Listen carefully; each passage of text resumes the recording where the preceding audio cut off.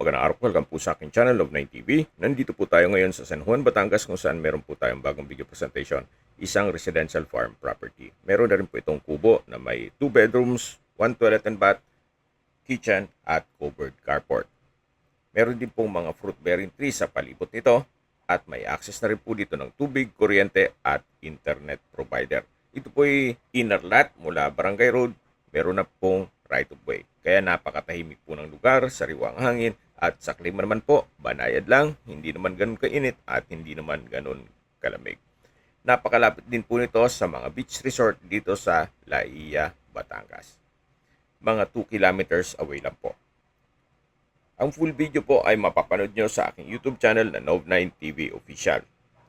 Binebenta po ito ni owner sa halagang 4.8 million pesos net.